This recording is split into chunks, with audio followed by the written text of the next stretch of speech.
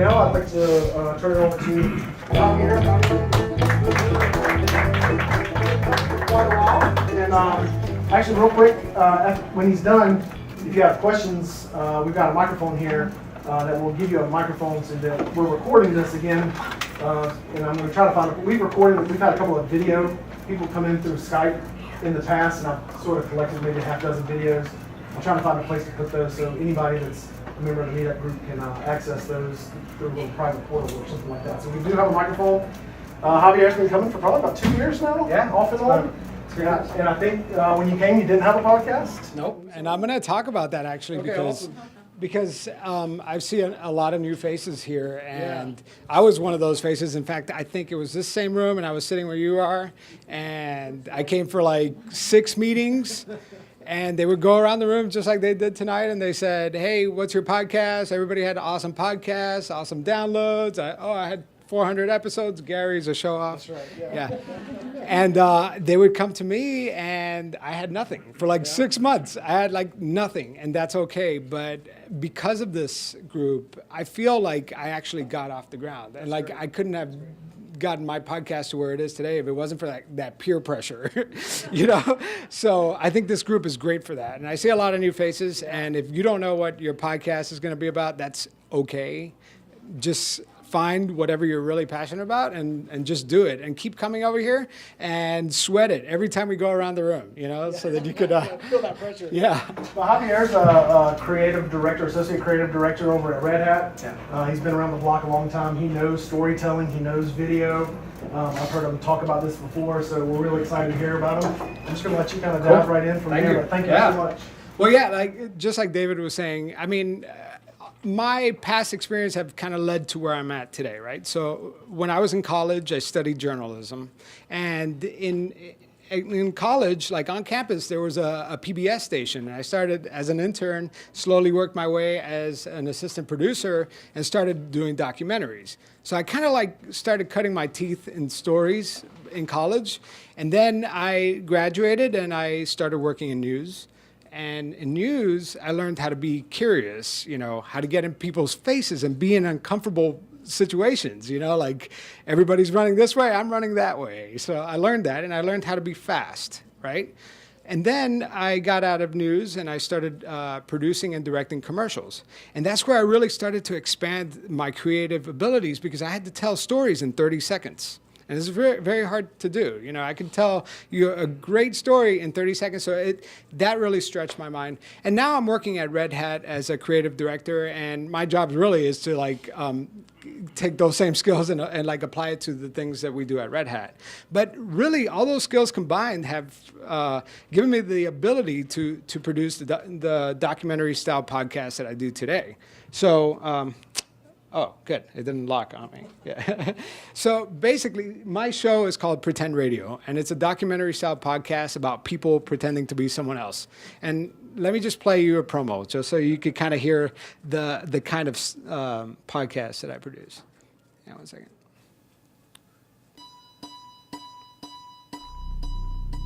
At the heart of every crime, there's a lie. In order to do this job well, you're going to have to learn to lie. But you're going to have to remember who you're lying to and when to lie and when not to lie. But a lie is only powerful if you choose to believe it. It all came out. All the story came out. It turned out he had 2 wives and 5 fiancés. That he wasn't marrying women because he loved them. He was actively impregnating women to rip them off for money, me being one of them. So why do we fall for it every time? My father told me at a young age, he says, Carl, the 2 easiest things to sell anybody, anything that'll improve their looks and anything that'll make them money. And that's what you want to sell. Pretend Radio is a documentary podcast about people pretending to be someone else.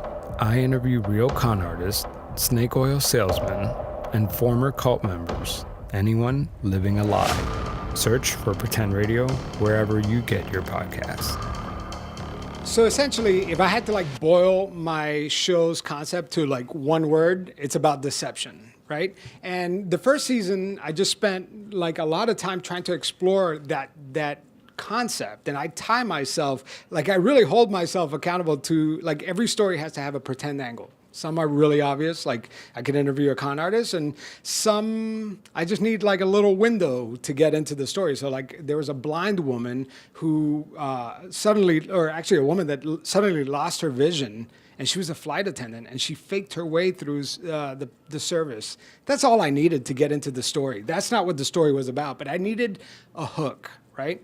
And so I spent a lot of time trying to explore that concept.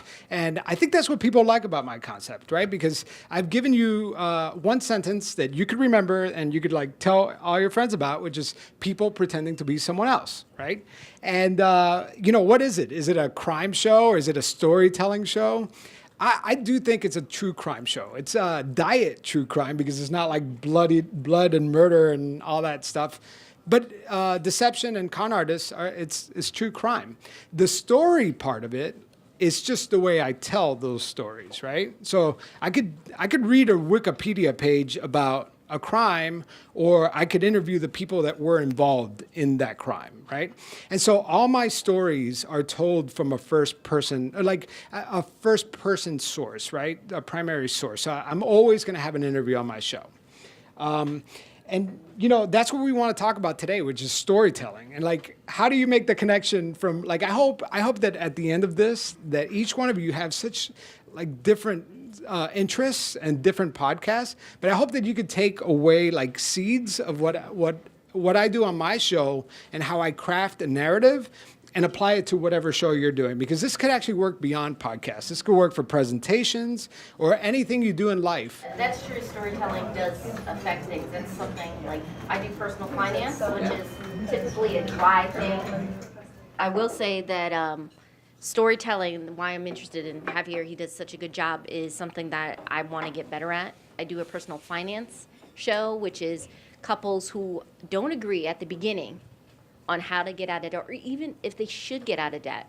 And I've noticed a difference, like being with this group and improving it. That's usually the first thing I get for feedback, like, wait a minute, you're actually telling a story. Even if it's a simple one, it's not complicated, I don't have your training and background. But if you can find the personal story, the journey, it doesn't have to be like, oh my goodness, they paid off $100,000 of debt. It could be, we finally agreed on how to pay off debt. Can be a story.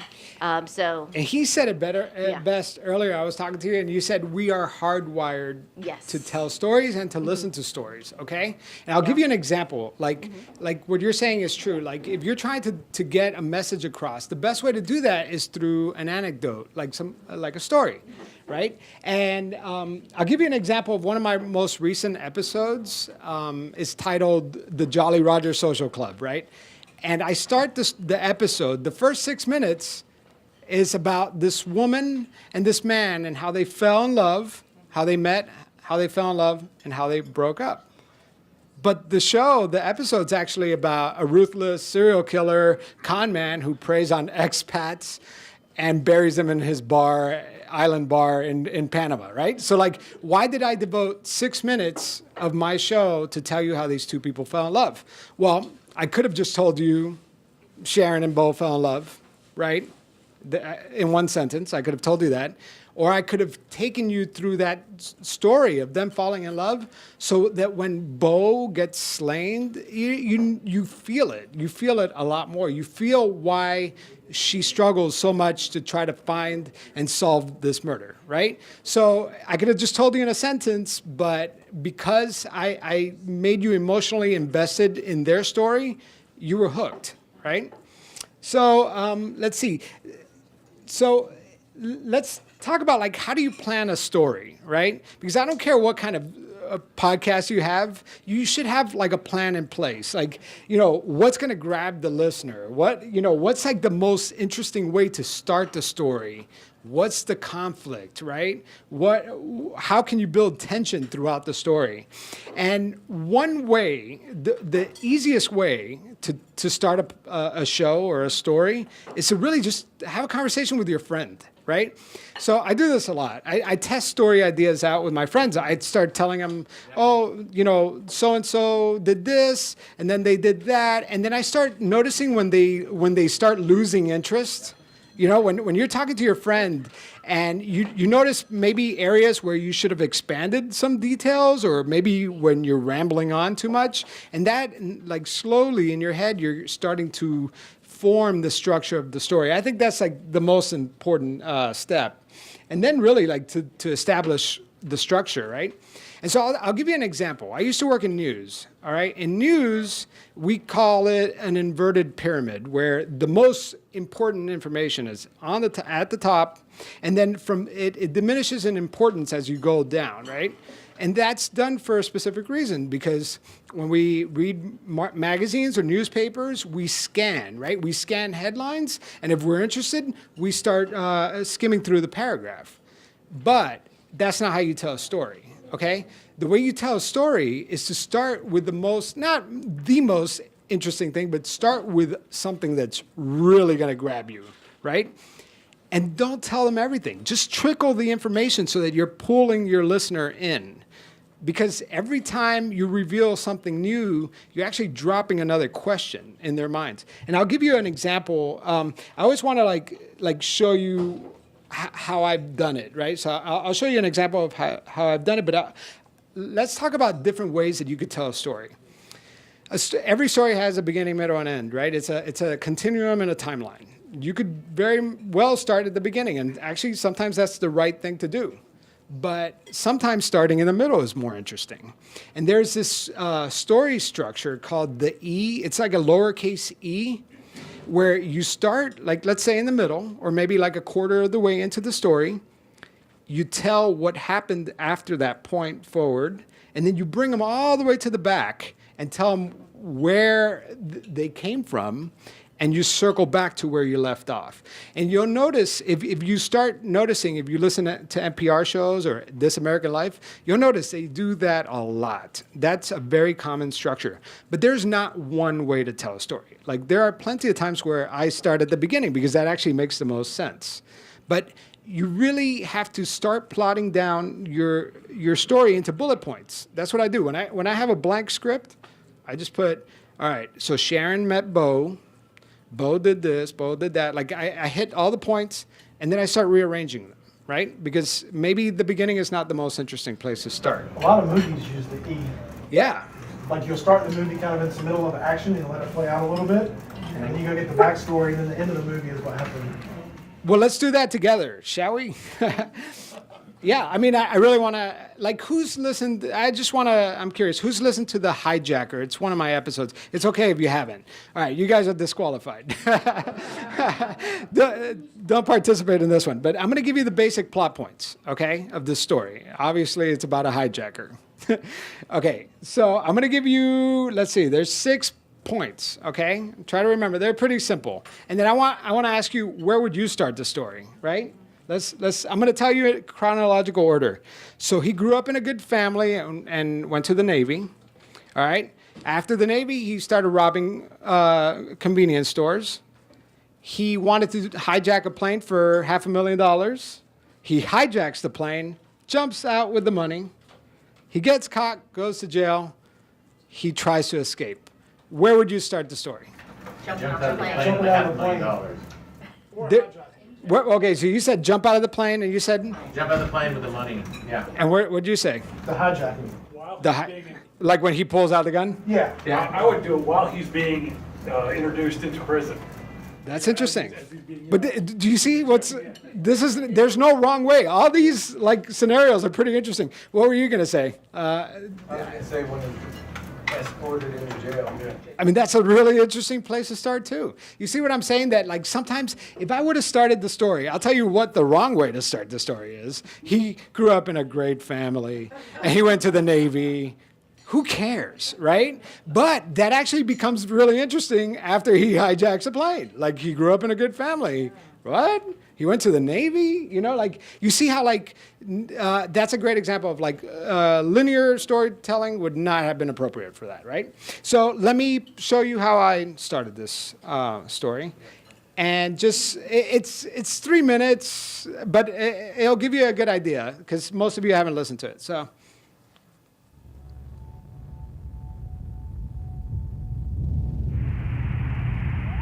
Attention passengers. We'll be arriving in Tulsa, Oklahoma in about... The pilot announces that they'll be landing in 15 minutes at their final destination, but no one is going to Tulsa today. McNally is going to take control of this plane and jump out of it with $500,000. But there's still time to call it off, right? Who am I kidding? It's too late for that. So I sat there and I was thinking to myself, well, kid, this is it. You're either going to do the job now or you can forget about it forever. Pump up your nuts and get it done, or you're going to have problems when we land in Tulsa, because you're going to have to get off the plane and you're going to have this weaponry in your attaché case, and they may have metal detectors there in Tulsa. So after thinking that over very quickly, I asked the fellow that was sitting next to me, I said, where's the restroom in this plane? He said, it's in the back on the right-hand side. Men part in the back on the right-hand side. I said, okay. So I leaned down and picked up, very, very gingerly picked up my attaché case. That thing weighed about at least 20 pounds, maybe more. McNally makes his way to the bathroom. Once inside, he pulls out a shaggy brown wig, sunglasses, and a submachine gun, also known as a grease gun.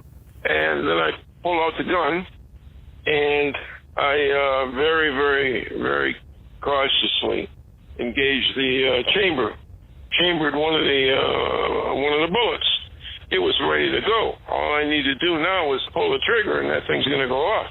And then I put on the rubber gloves. And then I opened the door. I got my sunglasses on. I opened the door, closed the door. Now I'm in the back of the plane all the way, and none of the passengers can see me or are looking at me. So for about at least 2 or 3 minutes, I'm trying to wave one of the stewardesses back to me.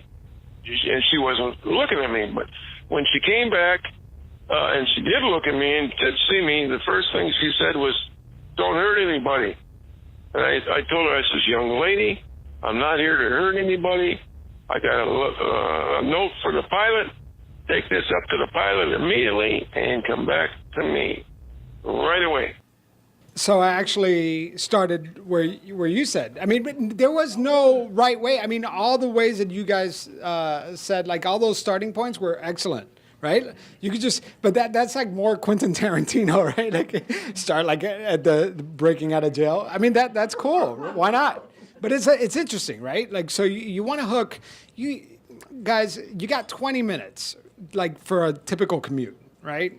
You want to hook them right away. If you take like 8 minutes with banter, you're going to lose people. You know what I mean? I mean, there are people that do that really well, but for the most part, get to the point. You know what I mean? Like get to the most exciting thing quickly. And I want to kind of dissect a couple things that happened there, right? So I'm talking to this guy I'm interviewing, right? Actually, I didn't interview him. It was my partner, Chris Niddle, who interviewed him. But we're obviously having a conversation with him, right? So he got caught, right? You already made that conclusion in your mind, right? He got caught. So you already think you know how the story ends. And I'm going to use that to my advantage. You think he's going to get caught. That episode, part 1, ends with him jumping out of the plane with the money. You never thought, as a listener, that he was going to get that far, right? So I took your assumption, and I'm like playing it to my advantage, and I'm also planting a lot of questions as I go along, right? So I'm going to spoil the episode for you, but he drops the money as he jumps out of the plane. Like he drops the money, $500,000. Oops. Into the night sky. It just disappears into a cloud, right? But guess what? I'm not going to tell you what happened to that money until the very end, because I know that you are asking yourself that same question and you're waiting for me to answer that. And that's the last thing I'm going to tell you is what happened to the money.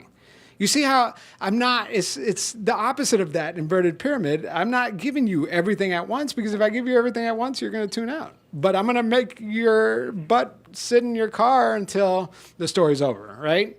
So like as a podcaster, as a storyteller, you're controlling your audience. So, all right, everyone has a story, right? Everyone has a story. You've heard this before. Everyone does have a story, except not everybody deserves to be on radio, right? Like some people are just really bad at being on radio. And not just some people, most people, right? Most people suck at being on radio. You know, he doesn't because he's like right out of the box. He just spews magic out of his mouth. But most of us, we suck. So it is, but it's, it's your job as a podcaster, as an interviewer, to make your guest sound good, right? And the way you do that is by, asking them questions, and then they're going to give you jargon or facts or whatever, and then your job is to pull the story out, right? So, oh yeah, I went to college and I had an accident and, blah, blah, blah. But tell me about that accident. What was the weather like that day?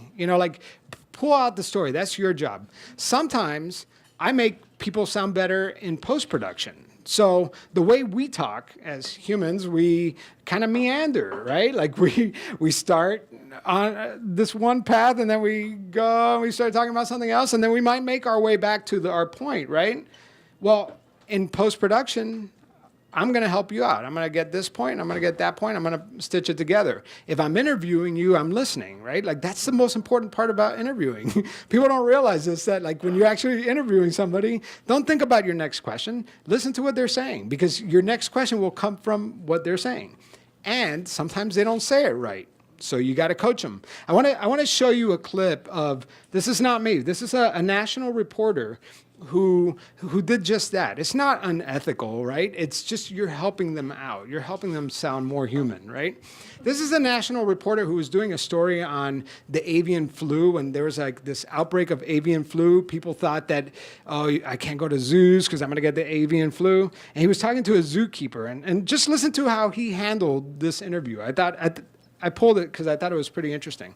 Zoos are part of the community in which they exist, and that community either has risk or does not have risk, and there's no difference within the zoo boundaries than with outside the zoo boundaries. So we actually are... Risk, oh, you didn't say that right.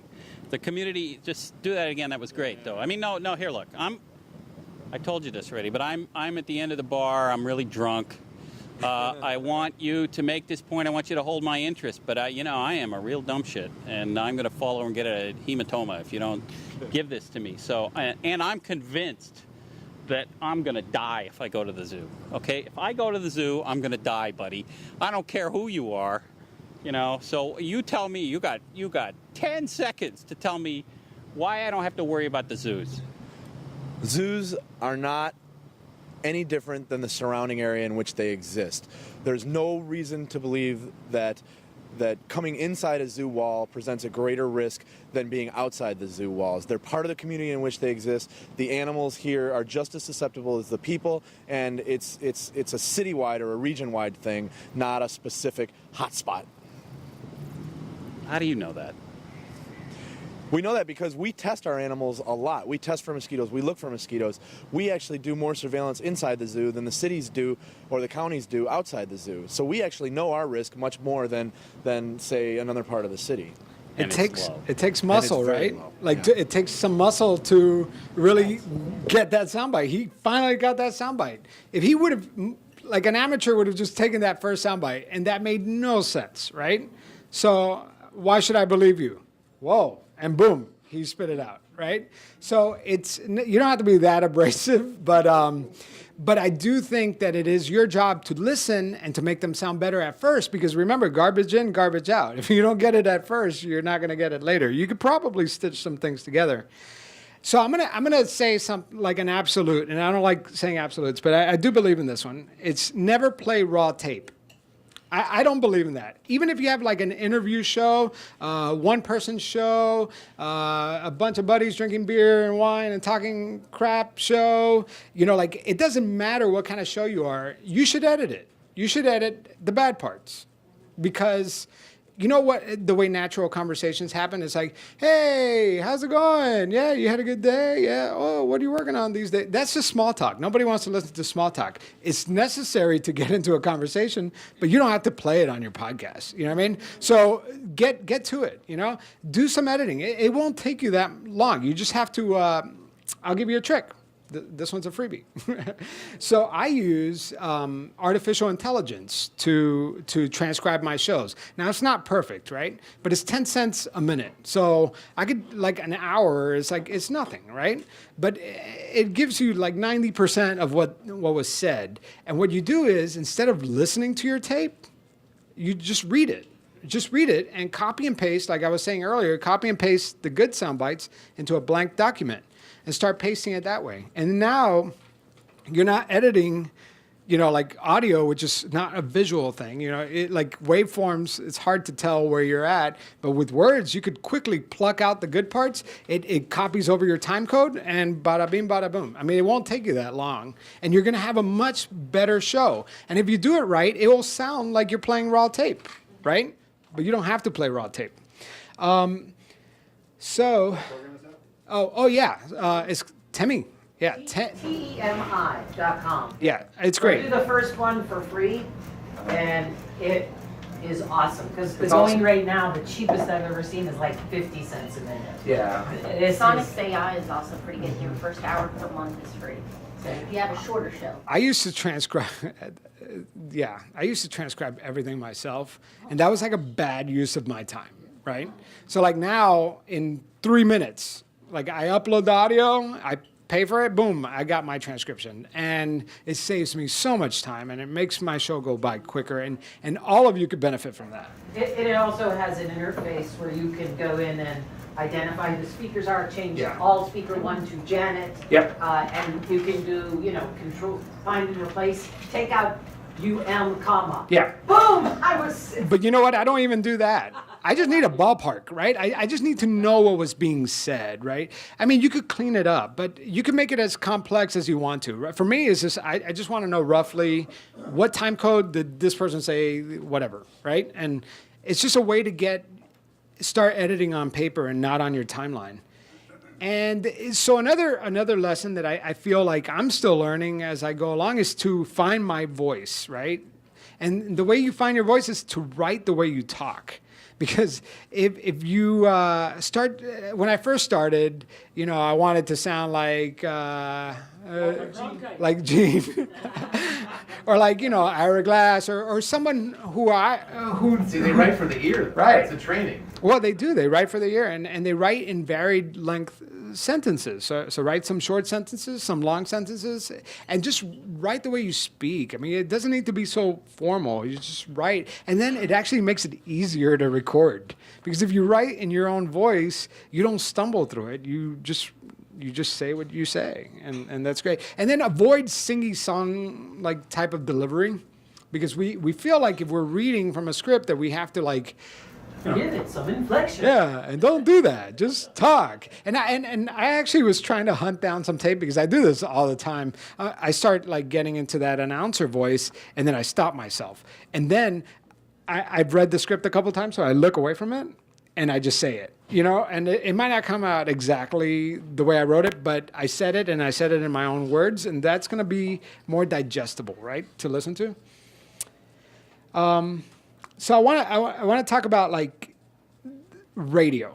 Like I come from a video world, right? And in video, I don't have to tell you what you're seeing because you're seeing it, right? Like I could just show, you know, a pretty park, and I don't have to talk about it. But in radio, you don't have that benefit, right? You can't see what I'm seeing, what I saw. So it's really, really important that when you're doing a story, you take one of these with you and start writing down, was there shag carpet? Was it cold? What was he wearing? You know, what did it smell like? What, you know what I mean? Like, was there grease on the walls? I don't know, whatever, but paint that picture and take me there, right? That's huge for storytelling. It's to really be conscious of your surroundings, because that's going to bring your audience there, because we're all seeing different things, right? So if you describe it, we're there. So I think that's really important. And, you know, none of what I just said today like is original, right? Like I've learned this from the people that I admire, like, you know, a lot of the shows that I've listened to, I've really like dissected them. And I really like, you know, one of the things that like was really hard for me to do was listen how they add music and when they do sound design, because I get so sucked into the story that I can't even like tell when they start the music and when they fade it out, and it's so frustrating. So listen to it in layers, you know, like really study and mimic whoever you like, because that's a good place to start, right? So a good resource for you guys is transom.org. So that's transom.org. It's a great resource for learning how to write for radio, gear, you know, technical stuff. A lot of famous podcasters have written blogs about their process, and I've taken a lot of those lessons and I've applied it to my show. So that's my shtick, right? Like, so I wanted to tell you what I do and how I do it. But I'm sure that you guys have like a lot of questions, and I want this part of it to be a little bit more interactive. Like, you know, just tell me what you're curious about. How do you record your guests? How do I record my guests? That's a really good question. Any way I could get them. You know, like I did an interview with this like 80-something-year-old lady who, because, you know, she just didn't know technology, but she knew Facebook Messenger. And I'm like, all right, let's go for it. Let's do Facebook Messenger. And I recorded her with Facebook Messenger. My preference would be in person, right? But most of my stories have taken place outside of Raleigh. So my second favorite place is a program called, it's a web app called Zencastr, Zencastr, no E. Can't believe the vowel. Yeah, and it only works out with Chrome. Yeah. Right? Do you use that? I've used that in the past. I love it. It's failed on me a couple times, but when it works, it's amazing. And I use Zoom because you can set that up so that you get a separate audio track from each speaker. And I usually have a nice microphone and my other person is like in their car or something. Right. It's awful. So at least that lets me tweak them. But I do want to tie this back up to story because that's a gear question. That's story is irrelevant, right? And I'll give you an example of why that doesn't matter, right? Like how you record them. As long as you get like sound that's intelligible and you can understand, if your story is good, it doesn't matter how stinky your audio production is. Because I had a story, that lady that I was telling you, it was like a Facebook Messenger, and it sounded awful. It sounded like tinny internet voice thing, and it was terrible. But her story was so good, no one complained about the audio quality. Because if I'm interviewing people who are talking about HIPAA and health IT, it needs to be sounding good. Yeah, sometimes it needs to sound good. But I mean, I do believe that. So I do a very exaggerated form of storytelling, obviously, right? Like I'm doing criminals and it's flashy or whatever. But I do believe that you could take story and apply it to anything. Like it could be simple, but you could apply it to any of your podcasts. I guarantee you. So that was going to be my question. When you have a story that, no offense, is not thrilling, is not naturally tense, how do you find that tension and that conflict when you're building your story? Can you give me an example? Because you're actually a podcaster. So, like, give me an example of like a time that here's just hypothetical. Yeah, give me a hypothetical.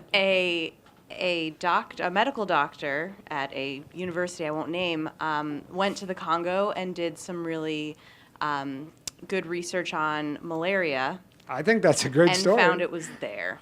And found out what? And just kind of found that it was there. That's a great. Yeah. I'm like, I want to hear more, right? Like, I want to hear about him arriving and seeing the situation and like kind of assessing it and that holy shit moment, right? Because he had that, right? Like, that's a compelling story. That's not about a criminal, but I want to hear about that, and I want you to like tell me more. Do you find though that in that situation, well, not in that situation, with that kind of argument, that all podcasts to be good need some sort of conflict? I think conflict, it could be like on a scale of 1 to 10, right? The conflict there is that I mean, there's malaria. I mean, that's the conflict. Actually, I thought you were going to pick something even more boring. Let's just talk about, let's say we have a dentist show. HIPAA and IT, right? Okay, let's say HIPAA and IT. Well, I actually think that there's good story potential there too. I mean, there's a lot of good medical. Ransomware is really awesome right now, so. Well, but I mean, just find out where that most compelling point is. It doesn't need to be some guy jumping out of a plane. In fact, that might be the worst example to talk about this because that's inherently conflicting, right? But if you have ransomware or whatever, let's talk about the impact. So one day, we came to work and all of our computers were hacked and oh my God, what's going on? Boom, boom, boom, boom, boom, boom. You got me hooked into the story. Now, there was something that was in my presentation that I forgot to talk to you about, is that your job as a podcaster is to tell the facts, not your guests. Your guests tell emotional information. You tell the facts. You could tell the facts way quicker and more succinctly than they can, right? Just pull out, when you're scanning through your document, through your transcript, scan all the emotional information, bring that over. Then you could fill in the gaps. But malaria, that scene, I could see it in my head, right? The ransomware attack, somebody's heart was racing that day when there was a ransomware attack. Let's hear it, right? Get micro, find one story that was impacted. Flesh it out. Because if you just, it kind of goes back to the guy and the girl that fell in love or whatever. I could have breezed right through that. And it wouldn't, you know what I mean? You're throwing away a really good moment, right? And if you're on in front of a mic and you have something to say, there is a conflict. Even in the wedding show, right? Weddings are chock full of drama. You know what I mean? In the show, Neighbors of Raleigh, you do a different story every day, but each of your guests had some sort of moment in their life that brought them to where they are now, that they are notable enough that you were interviewing them, right? And they just look like your barista. They Right. are your barista, they just don't know that they. Yeah. The Peace Corps. Yeah. Yep. Phoebe Judge, who's a host of Criminal, has another podcast called This Is Love. She did an excellent piece on the brother and sisters who owned Vitamanda. Okay? It's just a restaurant, right? She made a restaurant story sound really interesting. She talked about their past and they came from from Laos, yeah, and that they got separated from their family. It was heart-wrenching. I wanted to go to Vitamanda right after that. Do you know? Because I appreciated their stories so much. If she would have just done a show about how good the food is, I might have gone to Vitamanda, but now I know, wow, they started this restaurant from nothing. And then 10 years later, they brought their parents from Laos to see what they created. And God, I mean, it broke my heart, how tough that must have been to be separated. You know what I mean? So they gave me a story and they hooked me, right? And you could do that with any of your topics, I guarantee you. Actually, I was thinking about that when you were giving that example. I had an episode about debt consolidation, so that's a snooze fest. But the guy worked for a company that was a debt consolidation, but I'd done my homework. This is again part of research when you're looking at a guest, and he was working for the company after he had been a customer. So I changed the interview. I had him do his speech because he has to do that. That's part of his job to talk about it. But then I'm like, so wait, Travis. You were first a customer. How did that happen? And so sometimes you let them tell the story. They might want to talk about, they have to talk about, get off their chest. But you have to do the research and find the story. And that's one of my most popular episodes because it was a story where they were $100,000 of debt, credit card debt, and his wife didn't know. She knew they were in debt, but not how bad. And it was 2 weeks before bankruptcy where he admitted how bad it was.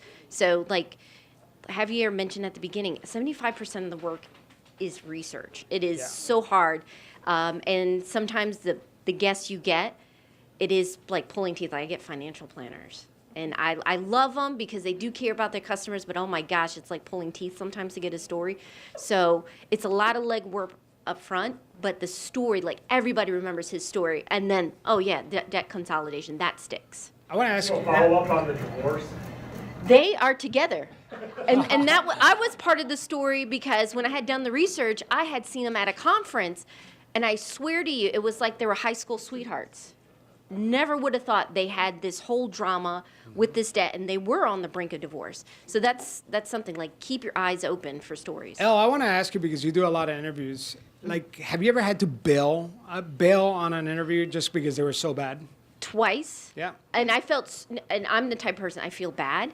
Yeah. Like I've wasted their time. And these aren't people like that are trying to sell something necessarily. They weren't very helpful. And I said, I'm never going to do this again. I'm going to do a better job. It's my responsibility to do the research up front. But you know what? You could only do so much, right? Like, you could try to pull a story out of somebody, but some people just are bad. And yes. You know what I mean? And it's okay. Like, I've abandoned stories before. I have a folder called The Graveyard of, like, dead interviews. Because, you know what? If you're not feeling it, your audience is not going to feel it. You know what I mean? Like, sometimes it's just not interesting. Okay, so I'm sorry, this isn't a story question, but you're doing the full-on, professionally produced, lots of layers type of podcast. I want to know, have you quantified how long it takes you to produce this work of art? Yes. I would have not been able to answer that until recently because my wife and kids went out of town. And so, because most of the time when I'm working on my podcast, it's either at 5:30 in the morning or like at after 9 when I put the girls to bed. So like I could never, and like I tried to log my time once, and I'm just not that good at keeping track of these things. But they were gone for like a week. And I remember I started on a Friday after work. And I mean, I nonstop. Friday, Saturday, and I started writing on Friday, and I finished editing on Sunday afternoon. But that's how long it takes. But that doesn't seem that long, right? I mean, that's just because I was like cranking it. I mean, I must have put like 12, 15 hours a day. But you know what? We were talking about like speed, right? So my speed, I would consider that over a weekend to do a show the way I do a show, like 30 minutes, is incredibly fast. But I think that I'm fast because of my years of experience in this business, right? Like if you guys have started a podcast and you're not like, you don't come from like journalism or video production, no one's going to expect you to be that fast. You get fast over time. And I really do think that, you know, the more you do this, you will get faster, you know? You had a question right over there. I did. Like a two-parter. First of all, how do you find stories? Okay. That's number one. And then once you get the story, do you find yourself in conflict with yourself, like, I'm going to force it to be this way? Do you have kind of like, this is the way it's going to go? Or you say like some authors are like, I don't know how I'm going to write the book, but I'm going to let the book write itself. I'm going to let the authors show themselves to me, that kind of thing. Like, so talk about your process and whether you're forcing it, whether you're, you know, when you force it, when you don't, when you just let it flow. That's a good question, because you could probably tell that I'm like a little bit of a control freak when it comes to like storytelling, because it's like, I do start with something in mind, right? So where do I find my story was your first question? Okay, they're both related, actually. So how do I find my stories? I start with an idea. So I know what my theme is people pretending to be someone else. So I have like a Trello board. It's like basically, it's just like a list. It's a fancy list where I just keep story ideas. I knew I wanted to do a story about a snake oil salesman, right? Because that's like a con artist. I just take all these like different types of con artists and I just put them on my list. I don't have anybody specific in mind. I just know I want to do a snake oil salesman. So then I start researching to see who's the snake oil salesman now, right? Because I don't do historical stories, right? I do like what's happening now. And I found this group of like, they're kind of like anti-vaxxers that basically take a form of bleach. They drink bleach to cure themselves of depression, of cancer, of autism, and they're forcing bleach on kids. And I'm like, whoa, this is crazy. But that's a snake oil salesman. Boom, I got my story. How do I find them, right? Was your second question? All right, now I know my story. Now I got to find them. All right, so I know who the snake oil salesman is. Her name is Carrie Rivera, and she goes around the world preaching all these like miracle cures, how we're gonna kill all the parasites in your stomach. How do I reach this woman? She's unreachable. We kicked her out of this country. She's not allowed back into the United States. Nobody knows where she lives. How do I find her, right? So I embedded myself into this MMS bleach drinking community. Like every night I would like kiss my wife. I'd go, okay, good night. She would roll over and I would be on Facebook talking to all these people that drink bleach. And I slowly gained their trust. Like it took weeks, but I like talked to them and I was honest and I told them what I was doing, right? I was very transparent. And I gave them credibility, like, hey, you know what? I'm not going to like argue with you that drinking bleach is bad. I just want to know why you do it. And I earned their trust. The woman that I was talking to is a nurse who drinks bleach. And guess what? The snake oil salesman called me. So that's how you work a story. You have to, I mean, like that's very extreme, right? Like it takes some time, but I had to wiggle my way into that community, earn their trust. And that was the hardest story I've ever worked on, you know, like to get to them. But most of the time, I mean, my topic is kind of like a double-edged sword because it's kind of like, it's interesting, con artist, but how do you call somebody and say, hey, you're a con artist, you want to talk to me? Sometimes that works because con artists are very egotistical, so they want to talk. But sometimes, yeah, some guy told me to take a long walk, you know, off a short pier, and so you win some, you lose some, right? So, but I always start with the topic, and I kind of work my way to the person, and I hope for the best.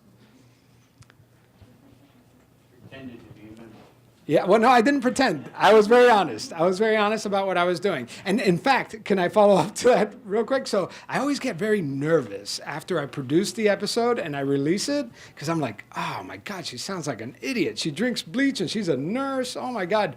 So I sent her the episode out of courtesy, like, hey, by the way, the episode's out. And I'm like really nervous. And she goes, oh my God, I loved it. And she shared it to everybody because like she's not looking at it like, oh God, I'm an idiot, I drink bleach. She's thinking like, yes, I drink bleach. Look, I'm curing myself from depression. It's all the way you think about it, right? No such thing as bad publicity. Yeah. All right. Well, that's a great segue. Thank you. As the publicist in the room, I have to put on the journalist hat a lot for clients. Right. And so as a podcaster, I was interested in hearing a little bit about how you possibly prep your guests, balancing that authenticity with, hey, we're going to hit these topics and just sort of let it loose. But what's the framework that you like to use? It depends. I'll give you an example. All right. Any of you are familiar with Rosie Ruiz, the Boston Marathon runner who... First woman to run in the Boston. Yeah, first woman to run. She started the race, hopped on a subway, went all the way to the finish line. Sorry, the other one. Yeah. Anyways, so she pretended to be a Boston Marathon. Anyways, fascinating woman. It happened a long time ago. I know I said I don't do historical podcasts, but I do want to... I'm curious about this woman, right? And I think I tracked her down, right? Like I think today, like during my lunch break, I'm like, you know, doing all these searches. She's nowhere to be found. She hasn't written a book. She doesn't want to be found. I think I know where she is. She's in West Palm Beach somewhere. And I looked through property records, and I mean, I'm like... She's got to be like 75. Yeah, she's getting up there, and I think I found her. And I tried a bunch of numbers, and I got disconnected, but I'm pretty confident in this one number, and this was today. And I got a voicemail, and it was an older woman. And like, I'm really confident that this was her. So what did I do ethically? I didn't tell her what I was doing, but I didn't lie either. I just said, hey, I actually spoke to her in Spanish because I'm Cuban, she's Cuban, so I figured, let's play that angle. So I said, hey, I didn't call her by her name. I said, hey, could you give me a quick call? I just have a question, and this is my number, blah, blah, blah, blah, blah. I just piqued her interest. Let's see if she calls me back. I'm just fishing, right? She might not call me back. But, so let's take, that's a very, like, I'm working it type of thing. An author is so much easier to approach because they wrote a book and they want to promote it and they want to talk about it. So that's an easy one, right? Yeah, it just depends. It really, they're all it really depends on who you're looking for. Yeah. Do you let them know what you're going to ask them before you ask them? Absolutely. So I told you I never lied to them, right? But in this case, I just want her to call me back, because if I tell her, hey, listen, I'm a journalist and you're a con artist, call me back. Nobody's ever going to call me back. But let's say she picked up the phone, right? So I say, hey, Rosie, guess what? This is going to be the strangest call you're going to get all day. All right? She's not going to hang up on me, because that's not like, why is this the strangest call? Hey, so I'm a writer. That's true. I am a writer, and I'm working on a story. And I'm not going to tell her everything, because if I tell her I'm working on a story for Pretend Radio, it's about con artists, click, right? I just need you to talk to me. Let's talk. Let's build that trust, and slowly, but I'm not going to lie to you. And eventually, I'm going to tell you what I'm doing, and I'm going to lay the expectations, but I got to earn your trust. You know what I mean? Are you recording that conversation from when you call it at time? Yeah, so I do. There are state laws. Every state has different laws. He asks, am I recording that call? I do, because we could get into a conversation, right? And like if I say, hey, can I record you? Click. I don't want you to hang up on me, right? So let's talk.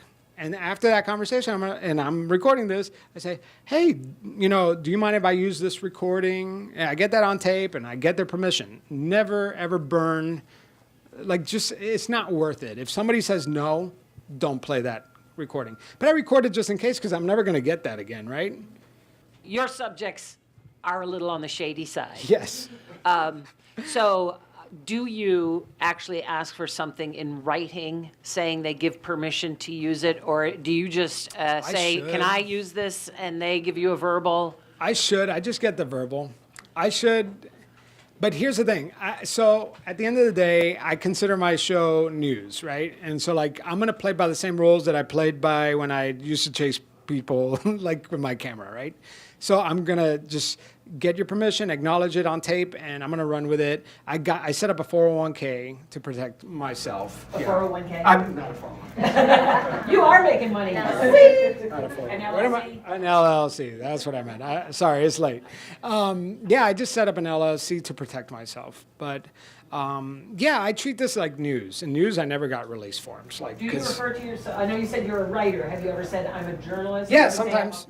Yeah, it depends on the situation. If I know that it's a sketchy situation, I'm gonna ease my way into it, right? But if it's a friendly situation, if it's an author or somebody that I know has a story to tell, I'm gonna say, hey, I'm the host and creator of Pretend Radio, and it's a story. It just depends, really. And you guys are probably not gonna have this much trouble getting a story. I guarantee you. So following up on the previous question, right. So in my case, I have interviews too, but we talk beforehand and the pre-interview. I'm debating. Well, sometimes I do it and sometimes I don't. Give them an idea of what I'm going to talk about in the podcast or what kind of questions. Not the exact question, but say, okay, this is the general idea of what I'm going to talk about. But in this case, where you're bringing in stories and really describing things, should you do your research and really go and say, I'm going to talk about this event, or think of an event that you can bring in? Or it depends. Actually, that's a really good question, because my gut is telling me don't tell them about the story part, because that's going to freak them out, right? But actually, it's really hard. If I say, hey, David, tell me a story of your childhood on the spot, you're like, oh my God, I can't remember. But if you give them a heads up, hey, I want to talk to you about your time, when you went to college and you did this and that. Just, I'm going to ask you a couple stories about them. Just get them primed up so that they know what to expect, but don't put a lot of pressure as I'm really going to go for details and stuff. Just give them mental space so that they could go back and remember.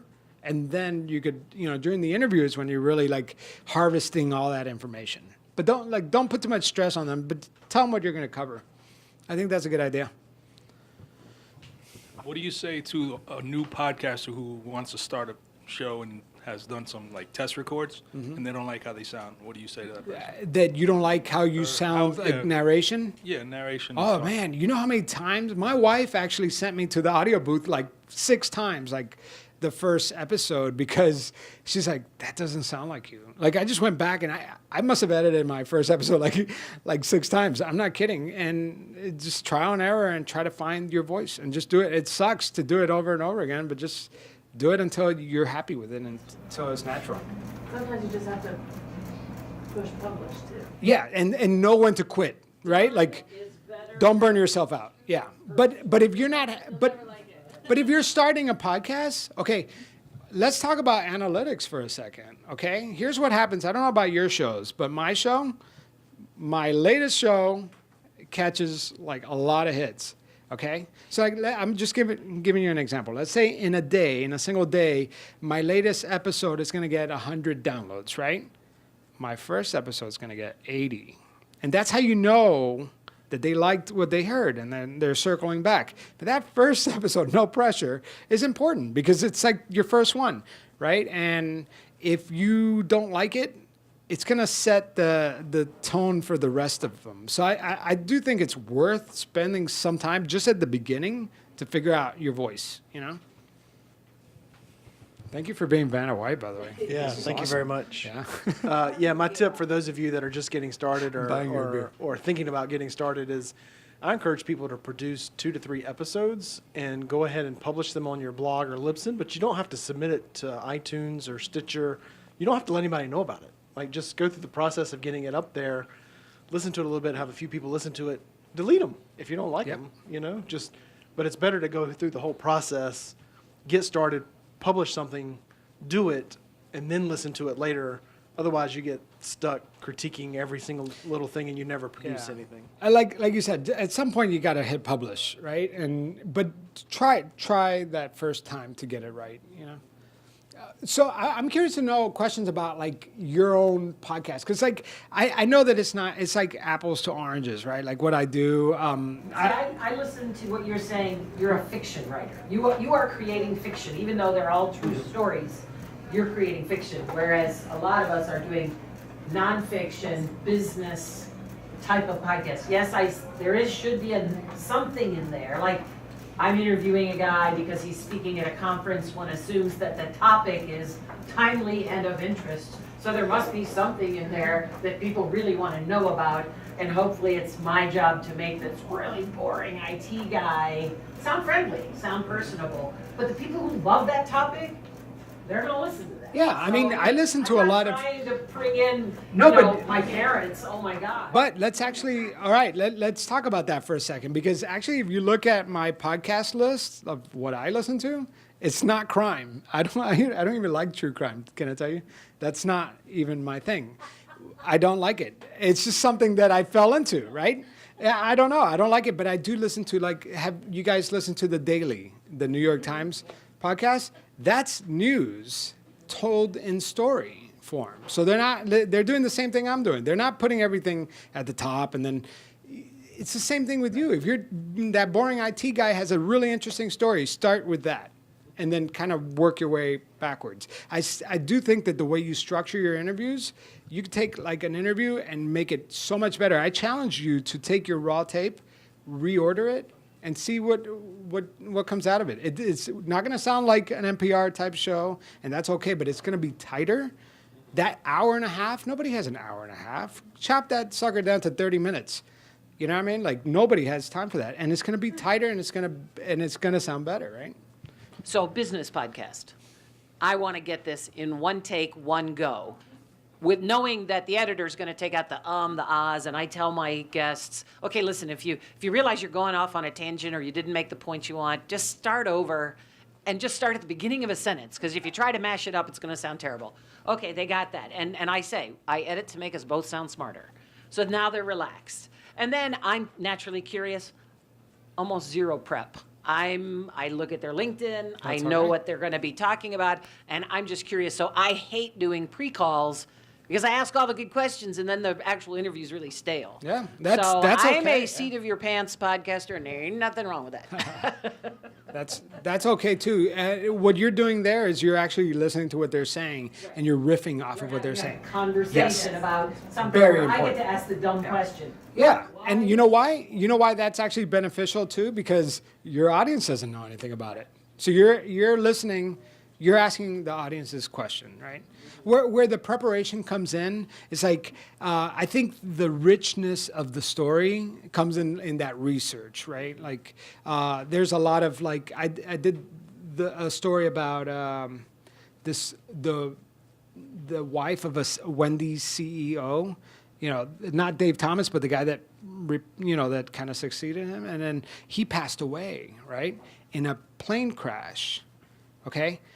Then some guy came in and stole her entire fortune. Well, I could have breezed through the plane crash thing because it's kind of irrelevant to like the guy stealing all her money. But I actually devoted a lot of time to that plane crash because it was very interesting, but it kind of set up the whole story. So it's like, I wouldn't have known about that plane crash if I wouldn't have done my research. You know what I mean? I could have just jumped right into that con artist story and I would have lost a really golden opportunity, you know? All right, one last question for Javier. All right, and I'm yeah. gonna wrap it up. Yeah. Anybody? Just real quick, how did you come up with the name?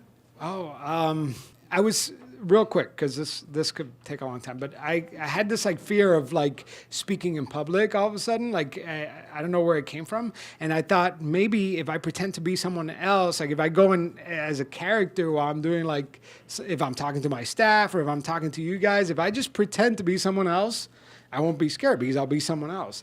And then that word, pretend. And I go, well, pretend by itself is not descriptive. I'm doing a podcast, radio. So pretend radio. That's how it happened. Thank you, guys. Thank you.